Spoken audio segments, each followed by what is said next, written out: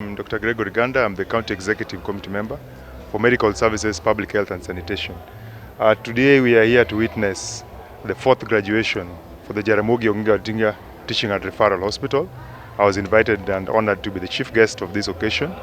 As you know very well, there are three components of a medical system, of a healthcare system. One is training, two is service delivery, and three is research. And today we are here to talk about the one pillar of training. Jootrh, as you remember, is in the governor's manifesto.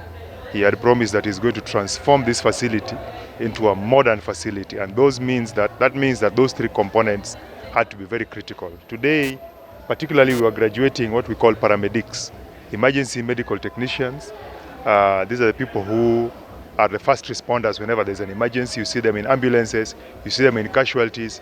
Whenever there's somebody with a heart attack, those are the people who respond first. The second category of people we were graduating were theater technicians, and these are cadre paramedics who assist in theater. They assist the nurses and the doctors in ensuring that the theater is well kept, that the pressure is clean, that the instruments are ready, and many times they assist the surgeons when in theater. And so they are specially trained for that. And finally, we have what we used to call the health assistants, what we're calling the health assistants. These are people who help the nurses in the wards to be able to take care of our patients with compassionate care. So they are specifically designed to work in wards, taking care of patients, taking care of their relatives, changing their beds, talking to them, encouraging them, cleaning them, and all those kind of things. We are very happy that this training is going on. We had encouraged the facility to develop training further, and we have further asked them to develop perioperative nursing. These are nurses who work outside theater, in theater, and after theater, so that Jaramogi Oginga Odinga Teaching and Referral Hospital can position itself as the premier surgical center. You realize that we have a lot of strength in surgeries. We have 10 operating theaters, and we want to have super surgeries done here. We have taken quite a number of our doctors for training.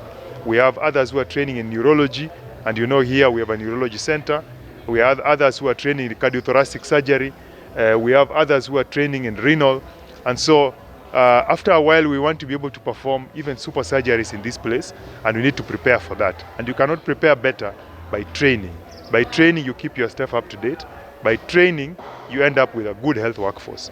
We are very happy so far with the trainings that have come out. We were training in ICU nursing. If you walk into these hospitals, in private in Kisumu today, and even in the region, most of the nurses who are working in the ICU and most of the people who are working in the renal centers have actually been trained in Jaramogi. And so Jaramogi is playing a critical role in training healthcare personnel for the region.